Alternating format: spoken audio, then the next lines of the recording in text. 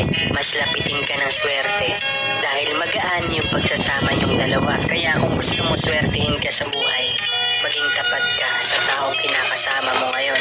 Iwasan mo ang loko at magsinungaling para hindi ka kapitan ng kamalasan sa buhay. At yun na nga mga katambay, kung napansin po ninyo medyo hugot muna tayo ngayon.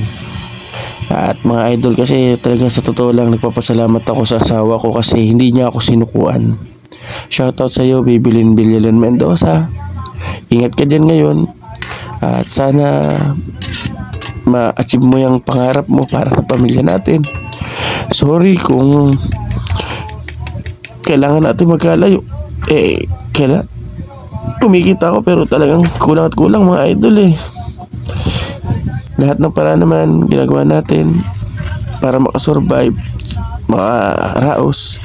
Kaso talagang ganun Nasa Pilipinas daw tayo, sabi nga nila, kaya kahit anong skill mo, kahit anong talent mo, sa taas ng mga bilihin ngayon mga idol, kailangan talagang may lumayo upang magsakripisyo.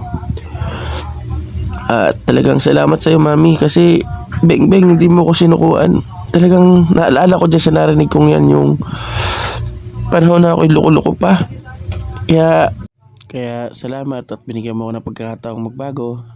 At ito, nagpapakaama at asawa sa iyo, nagiging tapat at patuloy na magiging tapat dahil dinaan ko na naman lahat ng kalokohan.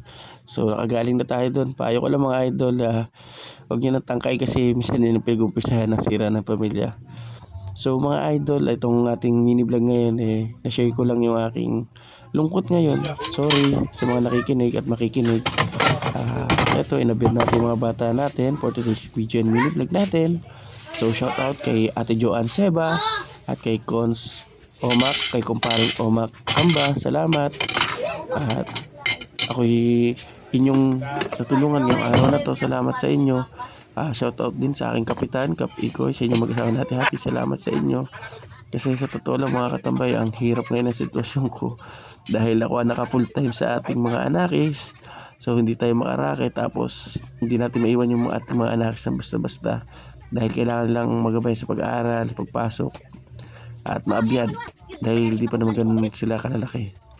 So mga idol, sulitin natin yung ating oras sa kasama natin yung mga mahal natin sa buhay.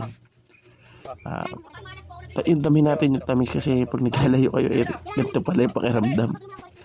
Pasensya na kayo mga idol, medyo madrama kayo ng aking mini vlog.